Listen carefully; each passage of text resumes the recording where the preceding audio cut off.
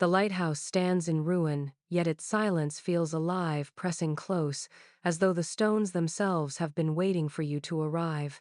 What happens to a place when time forgets it, but memory refuses to let it die? The lighthouse rises from the shoreline like a wound that refuses to close, its stones weathered by decades of storms that should have broken it apart. The ocean gnaws at its foundation in winter, ice grinding against the rocks, yet year after year it still stands, leaning slightly as though burdened by the weight of its own persistence. Most structures of its age along this part of Vermont's coast have long since collapsed into ruin, claimed by the elements or torn down by hands eager to erase reminders of the past. But this tower resists. It resists time, it resists weather, and it resists memory, for though no one tends it, the shape of it lingers in the imagination of anyone who passes along the shore. Sailors still glance toward it, though its lamp has not burned in nearly a century. Children in nearby towns still whisper of it when the fog creeps inland, daring each other to walk closer to the rocks where its shadow falls across the water. The building should be nothing more than rotting wood and crumbling mortar, yet it refuses that fate. Its shutters remain closed as though guarding secrets, and its door, chained shut by the Coast Guard when it was decommissioned, hangs stubbornly on rusted hinges that no storm has ever managed to tear away. It stands as if rooted not only in stone, but in something deeper, something older than the shoreline itself. Locals will tell you that the lighthouse is cursed, though not all agree on why. Some say it was abandoned because the last keeper went mad and threw himself into the sea, his body never recovered. Others insist the land itself beneath the tower is hollow, riddled with caverns that echo with voices whenever the tide withdraws. What is certain is that for all its abandonment, the lighthouse has never been forgotten. Even fishermen who claim not to believe still admit they will not cast nets too close to the rocks. They say the currents there shift strangely, pulling boats off course, dragging anchors into depths that no map records. On moonless nights, from the higher ridges inland, residents claim they can still see a glow circling faintly at the top of the tower. Not steady, not the true beam of a working light, but a dim lantern sway, pale and unnatural, like a candle carried back and forth by a patient hand. Skeptics dismiss it as tricks of the atmosphere, reflections of distant ships, or the eye's imagination against darkness. But for those who have lived longest near the coast, there is no need for argument. They have seen it themselves, and once seen, the image refuses to fade. The lighthouse should not still stand. By every measure of architecture and neglect, it should have collapsed into the waves long ago. Yet there it remains, defiant and silent, a monument not to safety, but to absence. And in its silence, it continues to watch, as though the sea and sky both bend around it, unwilling or unable to let it fall. Elias Corbin's name survives in the brittle ledgers of the county clerk, a single entry inked in neat script. Lighthouse keeper, appointed 1908. After that, the lines blur into silence. There is no record of his dismissal, no transfer, no obituary tucked into the local paper's archives. His name never appears on a gravestone in the coastal cemeteries where sailors and keepers alike were laid to rest. Instead, it hangs unfinished, as if the story of his life was left mid-sentence, the pen lifted, and never set down again. For those who study the history of New England's lighthouses, this gap is more than an error. Keepers were always documented. Their names mattered, for they bore the burden of guiding ships safely through storms, and their deaths were marked with respect. That Elias should vanish without a marker is a breach not just of record, but of ritual. It is as though the sea itself swallowed not only his body, but the memory of his passing. Old fishermen in nearby towns still mutter about Elias when the subject of the lighthouse surfaces. They say he was a solitary man, tall, with a gray beard salted white by the sea air, and a voice that carried strangely far when he sang hymns into the night wind. Children once claimed to hear him from the shore, his voice rising and falling with the tide. But in his final years, those songs grew darker. Neighbors spoke of low humming chants, words no one recognized, drifting across the water like a second current. And then, one winter, the singing stopped. The official story claims that Elias left during the winter of 1912, when the government withdrew funding for isolated lighthouses. But no resignation letter exists, and no family stepped forward to say he had returned home. Some believe he fled inland and lived under another name, unwilling to continue in such isolation. Others whisper that he was claimed by the rocks and the waves, pulled into a tide so deep that no body could surface. A few insist something within the lighthouse itself held him back, that he became less a man than a shadow pacing the spiral stairs. What unsettles researchers most are the accounts written years later by visitors who swore they saw a figure moving inside the lantern room long after the lighthouse was abandoned. Some described a pale face pressed to the glass, others the shape of a man carrying a lantern that no longer existed. They called him Elias, though none could explain how they knew. The absence of a grave has allowed his presence to linger, half man, half legend. Without a place to bury him, the land and the sea both seem to refuse closure, and so Elias Corbin remains caught in between, not alive, not dead, but eternally watching from the tower he never left. The storm of 1912 came sudden and merciless, rolling across Lake Champlain with a violence that turned the water black and broke the shoreline into white fury. The winds howled with a voice like tearing canvas, and rain struck in sheets so thick that lanterns on the docks of nearby towns flickered and went out. But out on the water, 3 ships pressed forward, trusting in the one constant that had always guided them home, the lighthouse beam. For decades, it had cut through fog and storm, a white blade against the night, steady as scripture. Yet on that evening, the light betrayed them. Survivors later said they saw it burning strong as the storm gathered, its circle sweeping across the water, pulling them toward safety. Then, with no warning, it faltered. Some swore it guttered like a candle, dimming into nothing. Others claimed it winked out mid-rotation, as though an unseen hand had covered it. Whatever the truth, the result was the same. Darkness fell where light should have been, and with it, panic. The captains, robbed of their guide, veered blindly into the shallows. The rocks there, sharp as teeth, tore into the hulls.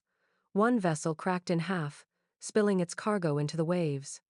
Another listed and sank until only the mast protruded above water like a finger pointing in accusation. The third ran aground with a sound that witnesses on shore compared to thunder splitting the sky. When morning came, the wreckage lay scattered across the shallows, a grim testament to the night's betrayal. Dozens of men were lost to the storm, their bodies washing up in the days that followed, faces battered, eyes staring. Those who survived carried a story that no storm alone could explain. They insisted the light had been there, steady and true, until the very moment the waves reached their fiercest height. Then, as if timed, it vanished, leaving them blind. Some spoke of seeing a figure on the gallery of the lantern room as the beam went out, a man standing motionless in the tempest, arms raised not in warning, but in welcome. Officials blamed faulty equipment, a lamp extinguished by fierce winds or neglect, but the logs from the keeper's quarters contained no such explanation. The final page was dated the morning before the storm and noted simply, "Weather worsening. Preparations made. The singing grows louder." Nothing more. No entry for the night itself. No account of how or why the beacon failed at the hour it was most needed. The government closed the case as misfortune, the kind that claimed men at sea long before lighthouses were ever built. Yet among the towns along the Vermont shore, the storm of 1912 is remembered less as an accident and more as an omen. For on that night, when the light died, the sea claimed not only ships, but certainty itself. The letter is kept in a plain envelope in the town archive, folded so many times that the creases threaten to tear it in half. The ink has browned, the paper yellowed, but the words remain sharp enough to unsettle. It was written by Abigail Corbin, wife of Elias, in the spring of 1911, less than a year before the storm that sealed the lighthouse's fate. Addressed to her sister in Montpelier, the letter was never sent. No one knows why it remained behind, tucked into a parish ledger until it was discovered decades later. Yet what she recorded offers one of the few glimpses inside the keeper's household, and what she described does not read like the voice of a woman merely enduring loneliness.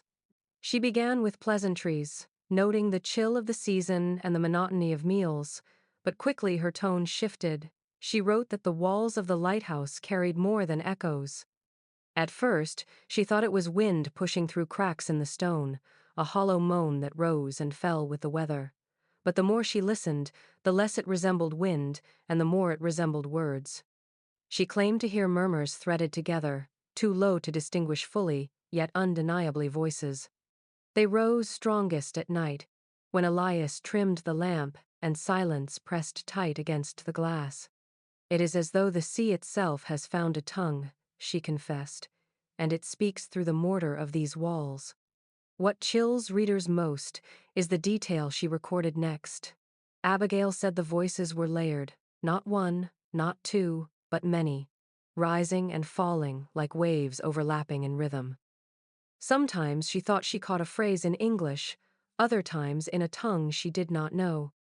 Once, while kneeling by her bed, she claimed the words rose clear enough to answer her prayer, repeating the Amen back to her in dozens of overlapping tones.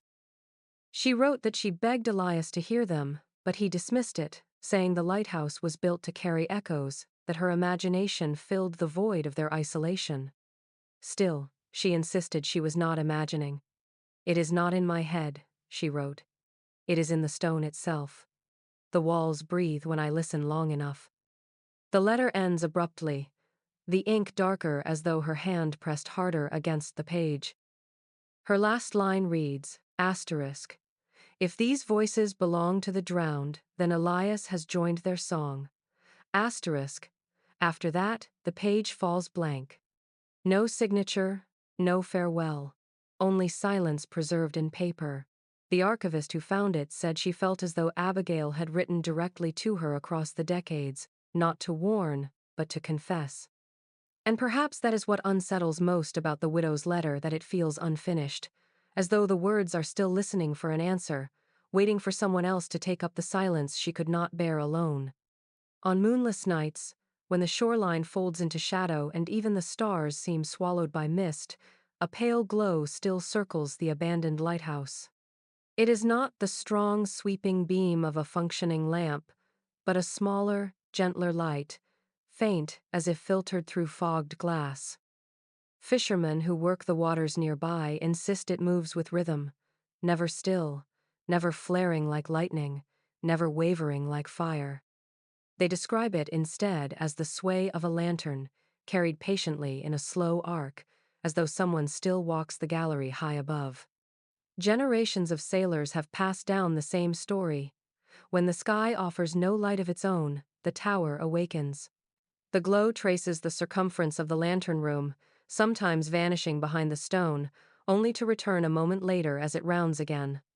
To those on the water, it feels less like an apparition and more like a presence, steady and deliberate. "It doesn't flicker," one old fisherman once said. "It keeps pace, like a man walking with purpose." For that reason, many refuse to fish near the rocks after dusk, for they believe to draw too close is to intrude on the keeper who still tends his watch. Skeptics argue that the glow is a trick of reflection, distant boat lights refracted on the water, or the moon itself caught in low-hanging mist. But those who have seen it on nights when no other vessels sailed, when the sky itself was empty, swear the glow is real. Some describe hearing the faint scrape of metal above the waves, like rusted hinges straining as the lantern swings. Others say they felt watched, their nets growing heavy, though they had caught nothing, the air thickening as though they had drifted beneath an unseen gaze. The most unnerving accounts come from those who dared to sail closer. A pair of brothers claimed they anchored within sight of the tower one summer night. They said the glow circled as always, pale and patient, but when they lit their own lantern in response, the light above stopped. It did not vanish.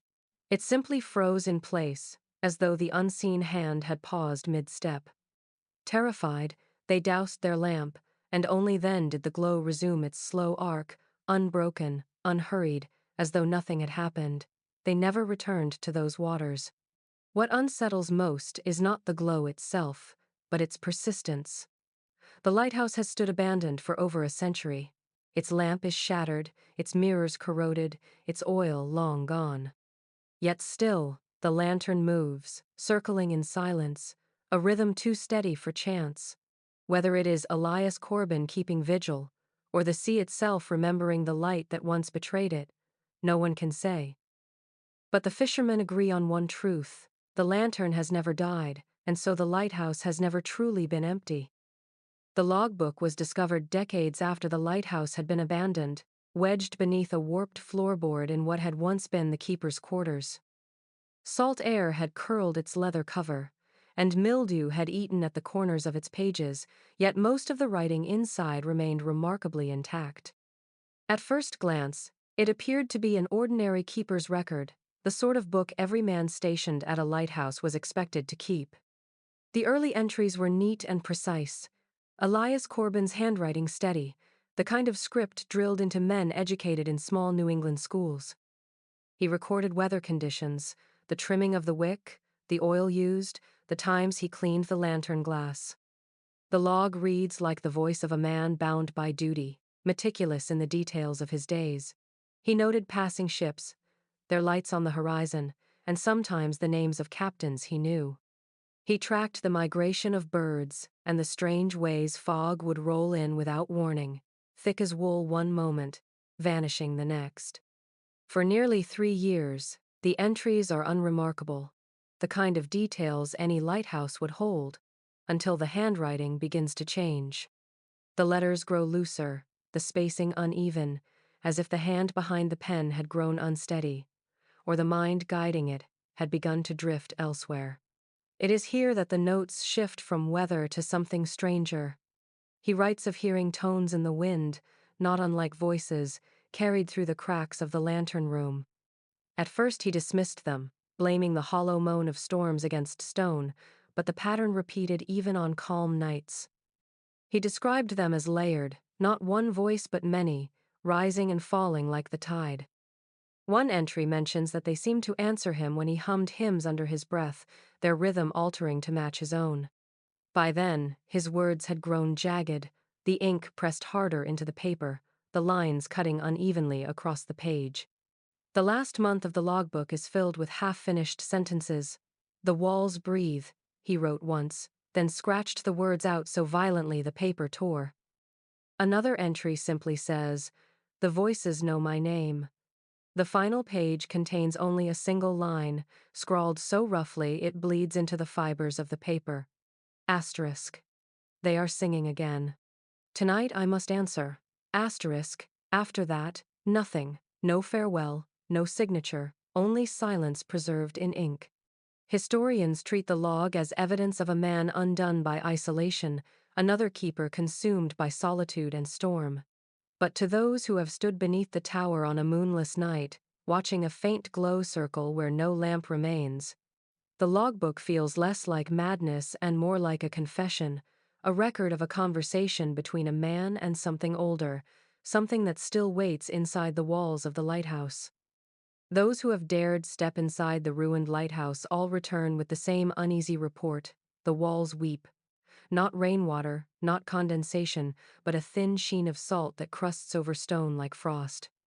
It is a strange detail, for the tower does not stand directly on the sea. The shoreline here is jagged and shallow, the nearest true tide miles away, and yet the salt clings to the interior as though the ocean has seeped into the mortar itself. The walls glisten faintly in lamplight, slick to the touch, leaving behind a residue that stings the skin and, when licked from the lips by accident, tastes not only of brine, but of iron. That metallic tang carries a weight too close to blood to be dismissed as mere minerals. Explorers in the 1960s first wrote of it in local papers, describing their discovery as an unnatural dampness. One claimed his boots left prints that filled with liquid, shallow pools that refused to dry even after hours. Another described a steady drip echoing through the stairwell, though no leak could be found, the source invisible, as though the stone itself exhaled moisture. Later, visitors gave it a name, the sweating walls, an image that still circulates in whispers among those who live nearby. Scientists who examined the phenomenon offered rational explanations. They suggested that the lighthouse's foundation, built into porous stone, drew up subterranean moisture heavy with minerals. Others claimed the effect was simply residue from decades of sea spray carried inland by storms, but even those who argued for reason admitted the taste was wrong. Too sharp, too heavy, lingering on the tongue long after the stone was touched. One geologist who tested the residue in a field kit noted with discomfort that it registered trace elements inconsistent with seawater altogether, though the official record of his findings was later lost. What unsettles most is the way the salt seems to pulse in rhythm with the weather. On still, bright days, the walls remain nearly dry, their surfaces dull and crumbling.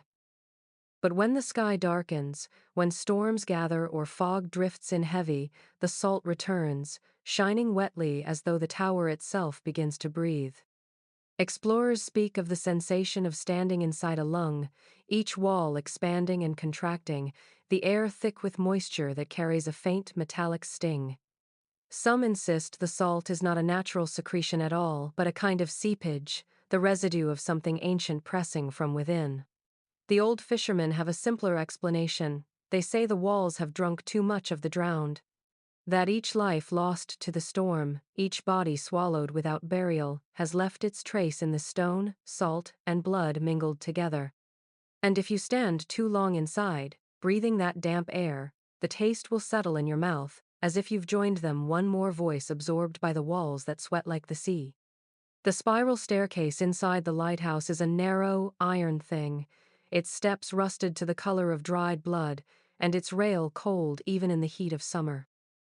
At first glance, it is ordinary enough, the sort of winding ascent one would expect in a structure built to rise above the waterline. Yet anyone who has climbed it tells a different story. They say the staircase does not obey the laws of measure. Some insist they reached the lantern room in what felt like no more than a dozen turns, emerging far sooner than expected. Others swear they climbed until their legs burned, spiraling upward without ever finding the top, the narrow steps repeating themselves as though they had become trapped in a loop. It is not merely exhaustion or nerves that cause these accounts. Even those who prepared, counting each step with deliberate care, report numbers that refuse to align. One visitor recorded a tally of 117 before stepping onto the lantern deck. Another, climbing the same day, swore it took fewer than 50. The inconsistency became so notorious among locals that they called it the stretching stair, as if the tower itself lengthens or contracts, depending on who dares to enter. What makes the phenomenon more disturbing is the sensation that accompanies it. Climbers speak of a strange pressure that builds the higher they ascend, a density in the air that tightens the chest. Some say their footsteps echo not only upward but downward, as though someone else climbs behind them, always a turn of the spiral away, never seen but always felt. Others describe the uncanny impression that the staircase tilts, forcing them to cling to the rail as the steps seem to cant outward toward the stone wall. By the time they reach the top, or give up and descend, they emerge unsteady, shaken by the feeling that space itself has betrayed them. Skeptics suggest the irregular climb is the result of perspective, the narrow spiral disorienting the eye, or the mind exaggerating effort in such a confined place. But those who believe otherwise point to the logbook of Elias Corbin, where in his final months he wrote of walking the stairs in circles, unable to reach the lantern, though he had climbed, long past reason. Some interpret his words as metaphor, the madness of isolation. Others see them as the first record of a truth still whispered today, that the staircase does not lead only upward but inward, into some fold of space where direction loses meaning. Whatever the cause, one certainty endures: no one climbs the lighthouse stairs without coming back changed. Whether they reach the lantern room too soon or never reach it at all, the steps stay with them, replaying in memory long after they leave. It is as if the staircase itself has followed, turning endlessly in the mind, a spiral that refuses to end. There was never a bell hung at the Vermont lighthouse. The records are clear, the blueprints more certain still. Unlike coastal towers built to warn with both light and sound, this structure was raised only to bear its lantern. And yet, for as long as the tower has stood abandoned, locals speak of hearing a bell that should not exist. It is not a peal of celebration, nor the frantic ringing of alarm, but a single, deliberate toll. One note at a time, low and resonant, stretched out across the water until it fades like breath against glass. Always at dusk, and always when the light begins to fail. Fishermen are the most frequent witnesses. They describe it rising from the horizon with no source, too heavy for the strike of metal, too clear to be dismissed as wind in rigging. Some say the sound vibrates through their bones, settling in the chest the way thunder does before a storm. Others claim it carries a strange sadness, a depth of sorrow that leaves them quiet for hours after, unable to shake the feeling that the bell was not calling ships, but mourning them. A few insist they have heard it more than once on the same night, 3 tolls spaced evenly apart, each heavier than the last, as if counting something no living soul could measure. The absence of a physical bell makes these reports all the more unsettling. When researchers visited in the 1,930 seconds, they searched the tower and surrounding rocks for evidence of a mechanism that could produce the sound. They found none. Later, sound engineers speculated that the bell might be an acoustic illusion created by the clash of waves against the jagged shore, the rock formations acting like a tuning fork.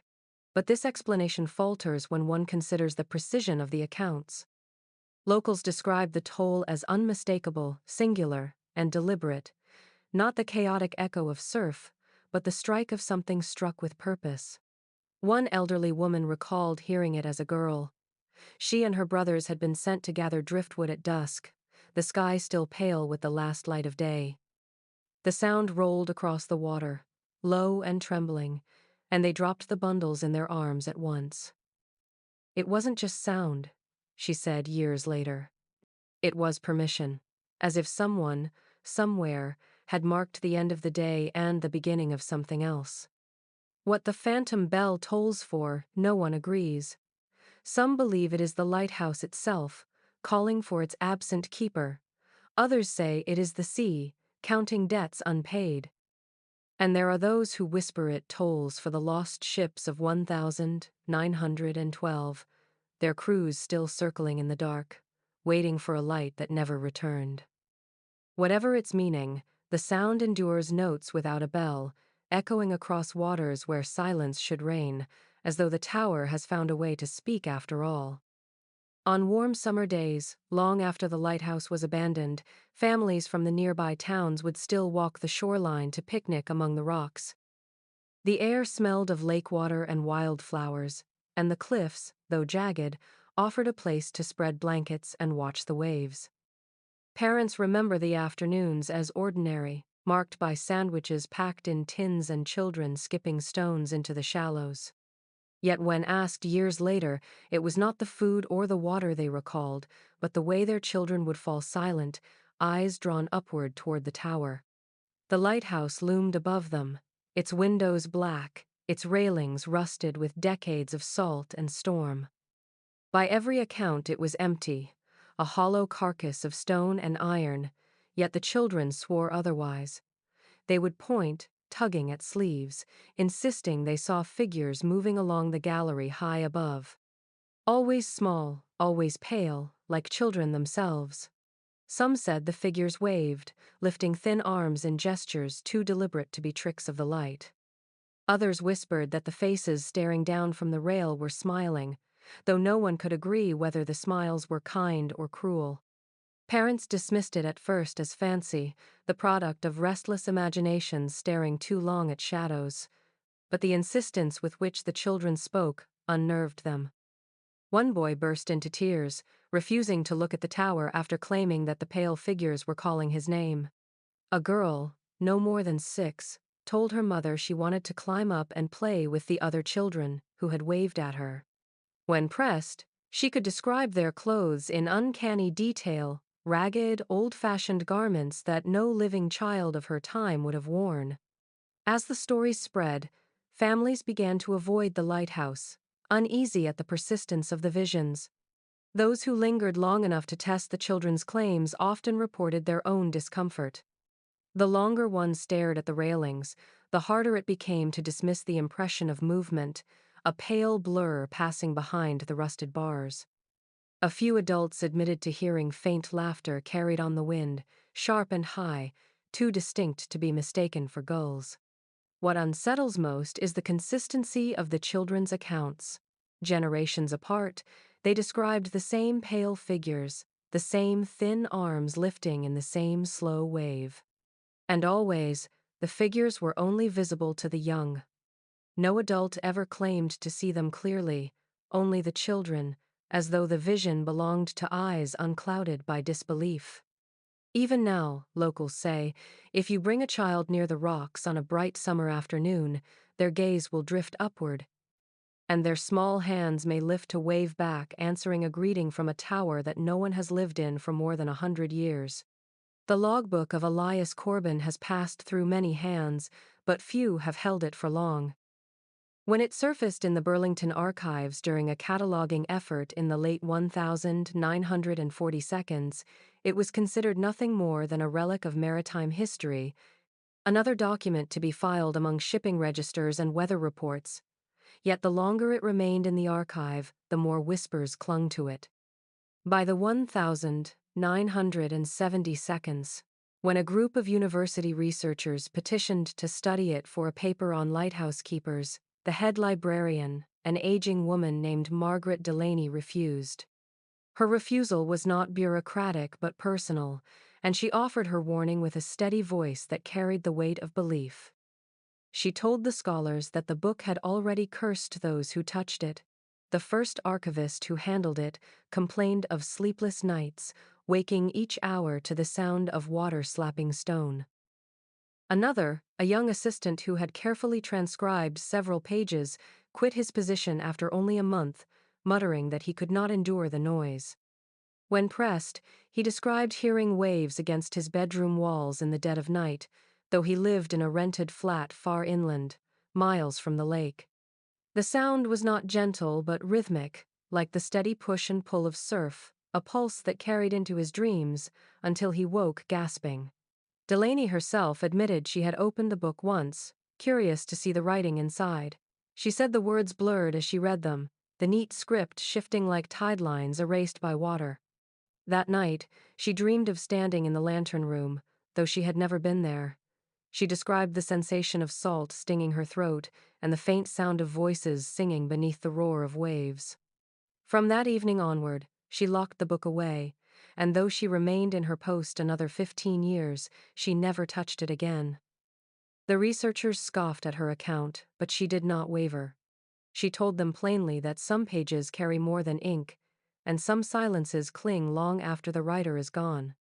If they insisted on handling the logbook, she said, they should be prepared to carry its weight home with them. None of the scholars ever pressed further. The request was quietly withdrawn, and the logbook remained sealed in the archive, consulted only rarely, and then only by those willing to risk the long nights that followed. The archivist's warning has since become part of the object's reputation. A book that hums with the memory of waves no matter how far from water you may be, as though Elias Corbin's final words still echo, carried forward in the minds of anyone who dares to read them. In the summer of 1978, a young freelance photographer named Daniel Mercer set out to capture the lighthouse for a regional magazine that had begun running a series on forgotten landmarks of New England. Daniel was ambitious. known for hiking into ruins and scaling crumbling mills to find the perfect shot. Friends said he welcomed danger if it meant the image would tell a story no one else could. The lighthouse seemed perfect for his lens, a monument of silence standing against the water, long abandoned yet impossible to ignore. He arrived with his camera, several rolls of film, and the stubborn confidence of a man who believed stone and shadow could never threaten him. The first half of his work showed nothing unusual. The magazine kept copies of the contact sheets, broad shots of the shoreline, the tower framed against clouds, the jagged rocks beneath it slick with spray. He had climbed close, capturing angles no casual visitor dared attempt, standing on ledges where the waves crashed hard enough to drench him.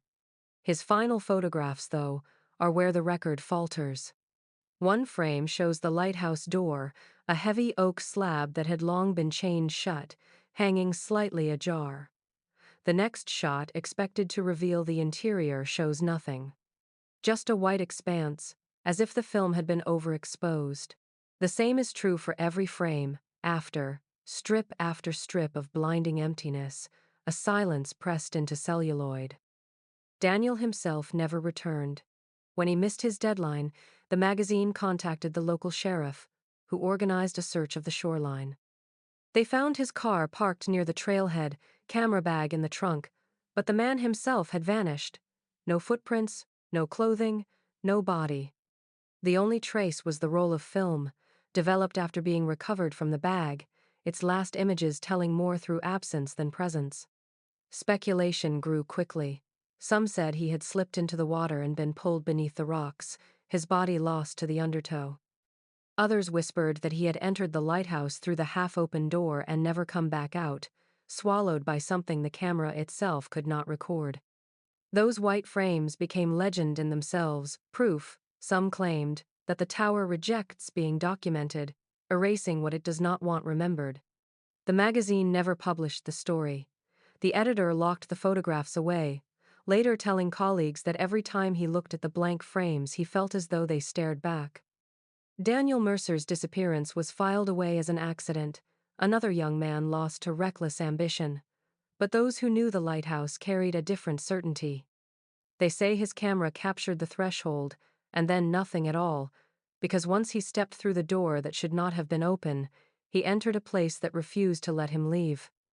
Fishermen along Lake Champlain tell of nights when the water lies heavy and the air itself feels close, and in that stillness a sound begins to rise. It is not the crash of waves or the groan of shifting timbers, but something quieter, steadier, threaded through the rhythm of the tide. They describe it as a hum at first, so low it seems to come from beneath the surface, vibrating through the hull of their boats. Yet as they listen, it sharpens into tone, the cadence of a man's voice carried across water. The sound does not lilt like songbirds, nor does it wander like wind. It holds, unwavering, the way only a human voice can. Those who have heard it swear it carries sorrow, a mournful pull that seeps into the marrow. Old captains claim it begins as no more than vibration, then lengthens into a tune that has no words but feels like memory. Younger men, who mocked the stories at first, return pale after a night on the water, their nets forgotten, speaking of a melody they could not escape. One said he covered his ears with both hands, yet still felt it inside his chest, as if the sound bypassed hearing altogether and pressed directly against his blood. No recording has ever captured it. A folklorist in the 1940 seconds brought a portable phonograph, intent on documenting the phenomenon, but every reel came back blank except for static. Another researcher in the 1970 seconds carried a tape recorder, and later claimed the hum was audible during playback only in silence between his words, never when he spoke directly of it. Skeptics argue the fishermen mistake natural currents or the groan of rock shifting beneath the lake bed. Yet, such explanations falter when one considers the consistency of the accounts. Each witness describes the same sensation, a man's voice, low and unbroken, mournful as if singing not to the living, but to those already lost. The name Elias Corbin surfaces often in these retellings. Locals believe it is his song, the keeper who vanished without grave or farewell, still keeping watch in the only way left to him. Some insist the melody rises strongest near the anniversary of the storm of 1912, as if he mourns the ships wrecked when his light went out. Others whisper that the song predates even him, that the lighthouse was built upon stone already carrying voices, and Elias merely joined the choir. What unsettles most is not the sound itself, but the way it lingers. Fishermen say that once you've heard the keeper's song, silence never returns the same. The hum follows you home, threading through your dreams, surfacing in the quiet of your own breath, a reminder that somewhere beneath the water, the voice still sings. And it will keep singing until someone dares to answer. In the spring of 1934, a young folklorist named Margaret Hale arrived in Vermont with a notebook bound in green leather and an interest in the stories that clung to the abandoned lighthouse. She had been trained in the growing academic fashion of collecting oral histories, traveling town to town with patience and a careful ear. But where others recorded ballads or work songs, Margaret sought something darker, what she called the whispers of unease. The tales passed not with pride but with reluctance. Locals met her with guarded politeness, wary of outsiders who wished to prod at memories better left buried. Still, she had a gift for listening, and slowly the stories came. What she recorded is unlike any of the maritime folklore that fills anthologies of the era. In her journal, preserved by her family but never printed, she wrote that the accounts surrounding the lighthouse were less tales of haunting, more tales of warning. Families who picnicked near the rocks described children pointing toward the railings, waving at pale figures no one else could see. An elderly fisherman spoke of nights when the water seemed to vibrate with a low, humming voice, so steady it felt like the lake itself was singing. A widow confessed that her husband, once a keeper's assistant, had died muttering in his sleep that the stairs inside never ended, no matter how far he climbed. Margaret noted how each story resisted the shape of myth. They were not exaggerated for drama, nor polished into legend. Instead, they carried the rawness of testimony, told in tones that suggested the speakers wished only to be rid of the memory. She described their words as heavy with dread, as if sharing them risked stirring something awake. In one passage she wrote, "I expected ghosts. I was given instructions, warnings passed like heirlooms from one generation to the next. Do not linger by the shore at dusk. Do not stare at the windows too long. Do not answer the sound if it calls." Her journal ends abruptly that autumn. A final note, written in hurried script, mentions a plan to visit the lighthouse herself before winter made the rocks impassable.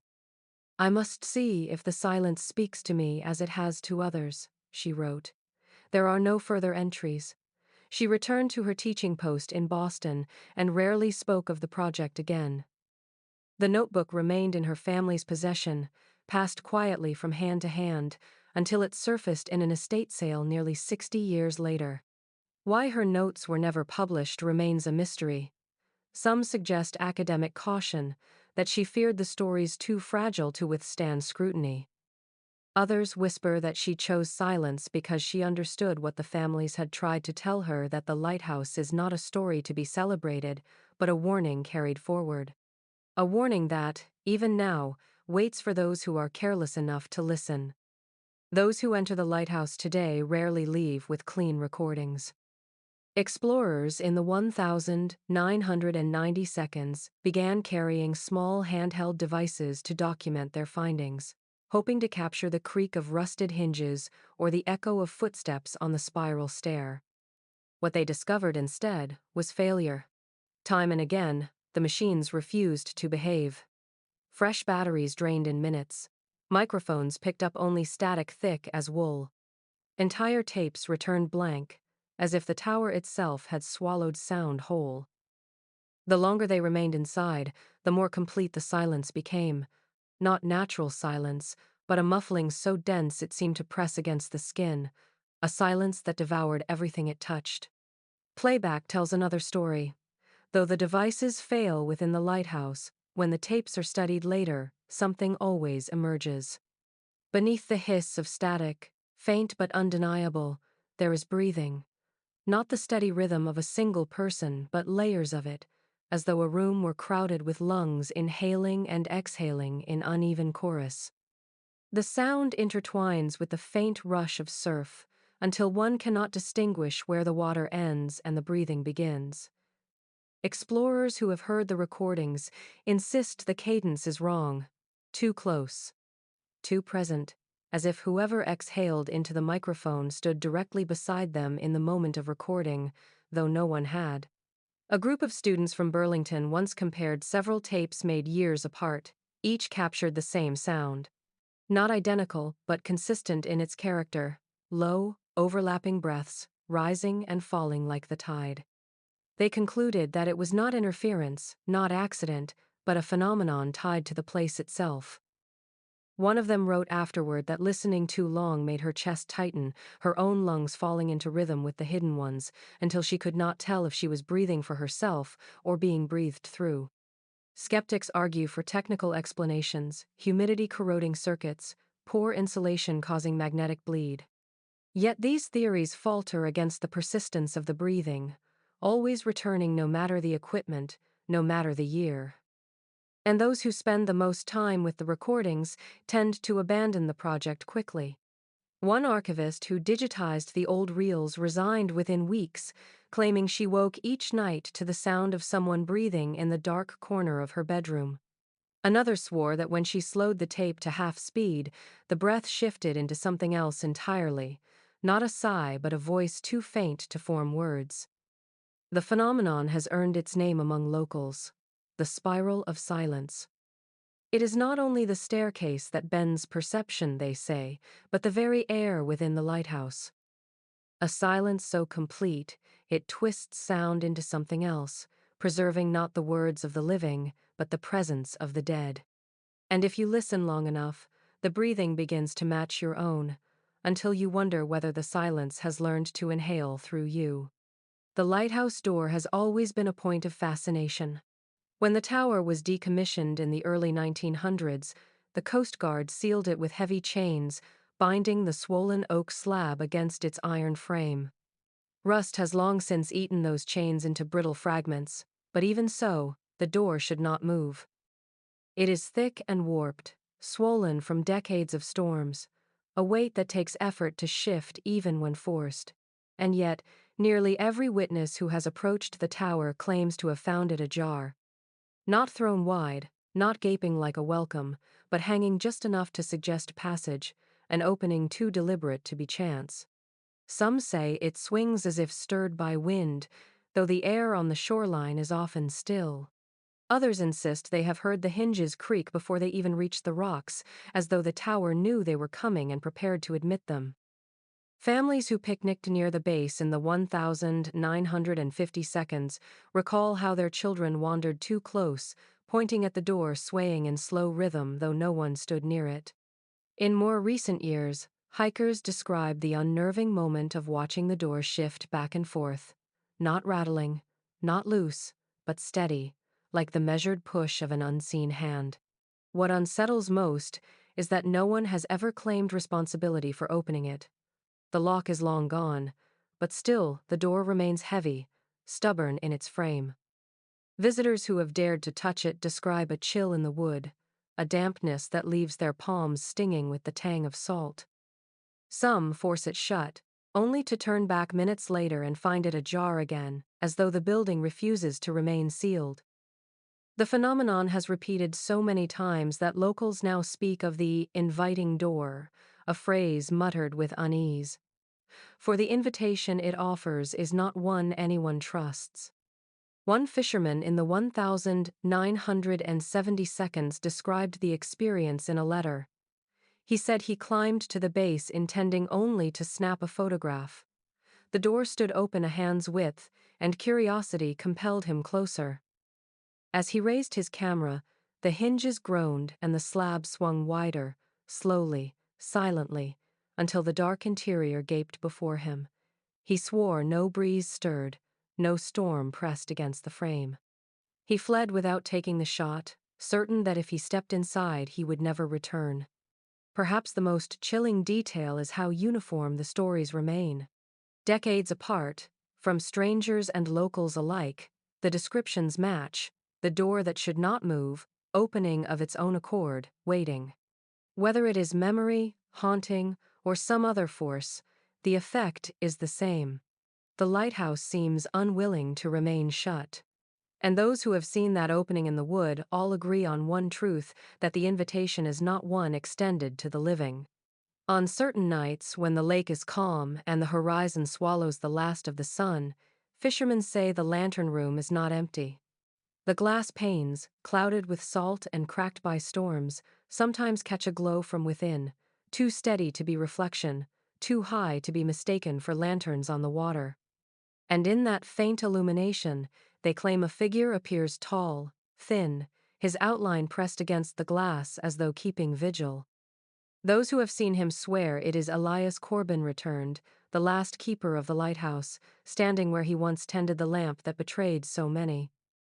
His face, they say, is pale as weathered bone, features blurred but unmistakably human. Yet what grips their voices when they speak of him is the description of his eyes. They glow faintly, not like fire, not like life, but like embers cooling in ash, steady and watchful. The sightings are never long. A fisherman will glance upward, catch the silhouette for the span of a breath, and then it vanishes, swallowed by the dark. Some insist the figure does not move at all, as if frozen in the act of waiting. Others whisper that he leans closer to the glass when he knows he has been seen, his eyes fixing on the witness below with a patience that unsettles more deeply than malice ever could.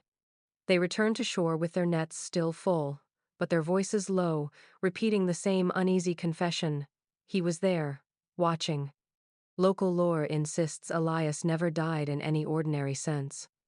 Without a grave, without an obituary, his absence became a kind of permanence, and the lighthouse his body. Some believe he was consumed by the voices in the walls he once wrote about, folded into their song until his flesh was no longer needed. Others argue that he lingers out of duty, still answering the call of the drowned, condemned to tend a light that no longer burns. The glow in his eyes, they say, is the reflection of that lost lantern, burning now only in him. The strangest detail comes from those who dared to stay longer on the water after sighting him. They claim that once the figure vanishes, the air itself changes. Nets grow heavy, not with fish, but with waterlogged weeds, tangled as though dragged upward from the bottom. The silence deepens, and the steady lap of waves falters, replaced by a rhythm closer to breathing. In that hush, many refuse to look back at the tower, afraid of what they might see pressed once more against the glass. Whether Elias Corbin has truly returned, or whether the lake remembers him in its own way, is a question no one can answer, but the fishermen agree on one thing. If the keeper does stand there, pale and unblinking, then the lighthouse has never been abandoned. It still has its watchmen, bound to glass and silence, waiting for ships that will never come. The first time I stepped through the door of the lighthouse, the air struck me harder than the dark. It was heavy, close, the kind of air that clings to the skin and fills the lungs as if it has been exhaled 100 times before. It smelled faintly of rust and salt, though the sea lay miles away, and beneath it lingered something sharper: old oil, damp wood, a sourness that spoke of lives pressed too long into silence. I expected dust and ruin, but what I found was weight, a density that settled on my shoulders and did not lift. It felt less like stepping into a building and more like stepping into a memory too large to contain. The floor groaned underfoot, not with the brittle crack of age, but with the low, resonant tone of something that remembered being walked. Each board gave way as if anticipating the rhythm of a keeper's stride.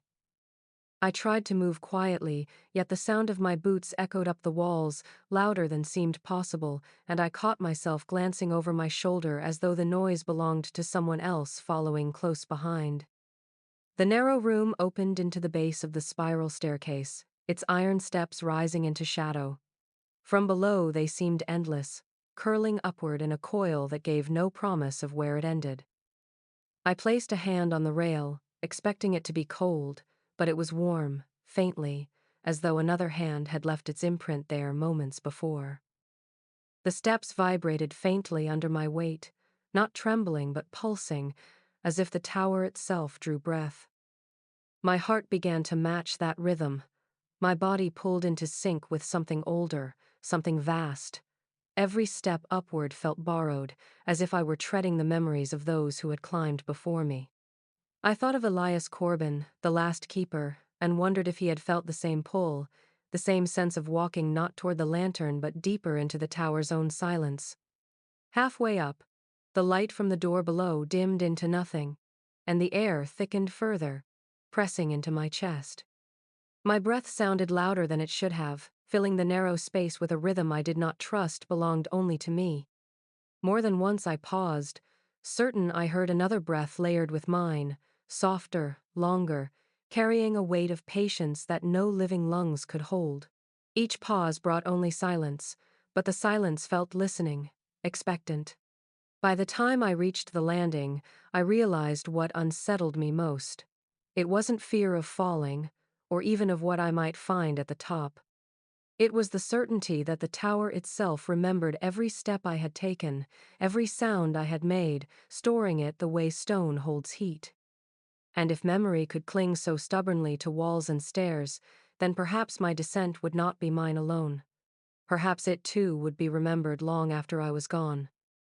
At the top of the staircase, the air thinned into something sharp and metallic, as if each breath were scraped from iron.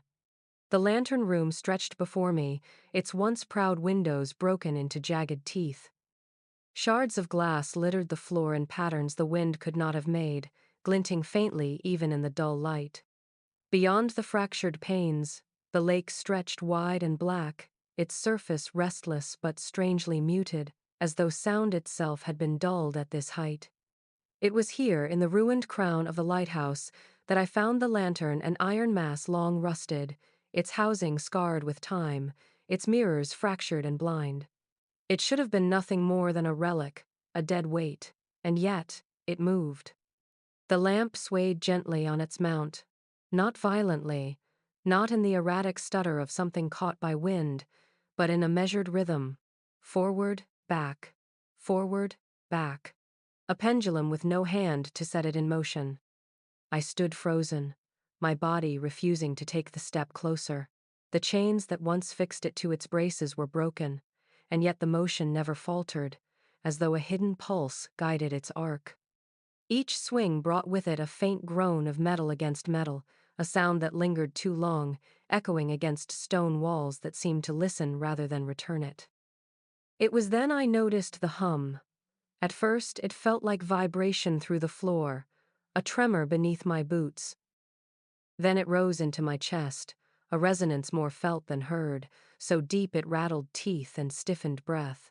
The sound had no clear origin. It seemed to radiate from the air itself, thick and constant, a note too low to be human yet carrying a strange suggestion of voice. Not words, but intention, drawn out in a tone that felt older than the tower, older perhaps than the lake. I could not shake the impression that the lantern was the instrument, and the hum its song. Every instinct told me to retreat, yet I found myself stepping closer, compelled not by courage, but by something like gravity. The air thickened near the swaying lamp, pressing against the skin, as though I had crossed into a current invisible to the eye. My ears rang, my vision trembled at the edges, but still I watched as the lantern carried on its impossible motion, steady as a heartbeat. For a moment, the hum shifted, breaking into layered tones, and I thought I caught the shape of breathing within it. No wind stirred, no living hand touched the lamp. Still it swayed, carrying a rhythm too deliberate to belong to accident. I left without touching it, though the urge had been strong, an invitation humming through my bones. And even now I cannot shake the certainty that if I had reached out, the lantern would not have stopped but would have swung through me, carrying me into whatever rhythm kept it moving. Forever. When I left the lighthouse, I thought I was free of it. The climb down the spiral was a relief, each step carrying me closer to air that felt less thick, less charged with the weight of unseen company. Outside, the wind moved across the lake in familiar rhythms, tugging at the water, carrying with it the ordinary smells of moss and stone. I told myself it was over. The door stood open behind me, its hinges groaning as if exhaling after some long-held breath.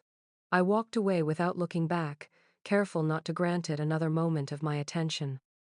But as the shoreline receded, I realized that what followed me was not an image, not a sound, but a silence so intimate, it might as well have been stitched to my skin. It lingered through the hours after, pressing into the spaces between my thoughts. I expected memory to fade into dream, yet the stillness carried itself into every room I entered. Radios flickered, but carried only static. Conversations around me sounded dulled, as if muffled by distance. Even my own footsteps seemed quieter than before, swallowed before they could echo. And in that silence, the question began to rise quiet at first, then louder, until it became the only thing I heard. What guides the ships now?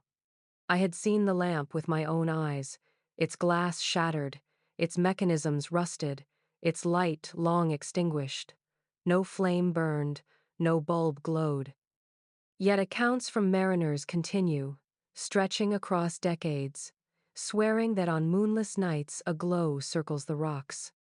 They describe it as steady, guiding them safely past the shoals. Some call it a blessing, others a trick of the weather. But I have stood in that lantern room, I have seen what remains, and I know the truth. There is no light left to shine. The hum that filled the tower, the swing of the lamp, the pale figure fishermen claim to glimpse against the glass, it all coils back into the same riddle. Something still stands watch. Something still tends the passage, whether out of duty or out of grief. If Elias Corbin is gone, then the silence itself has become the keeper, guiding ships the way memory guides dreams without shape, without body, but unrelenting. I brought no proof with me, no photograph to pin the story to the wall, only the silence that presses against me even now. And in that silence, the question persists. If the lighthouse no longer lives, then what force leans from its ruin to guide the ships that pass in the dark? It is a question that has no answer, only wait. And it waits, following me home, whispering with every quiet hour that some lights do not die when extinguished they shift, and they endure, unseen but certain, carrying us whether we want to be carried or not.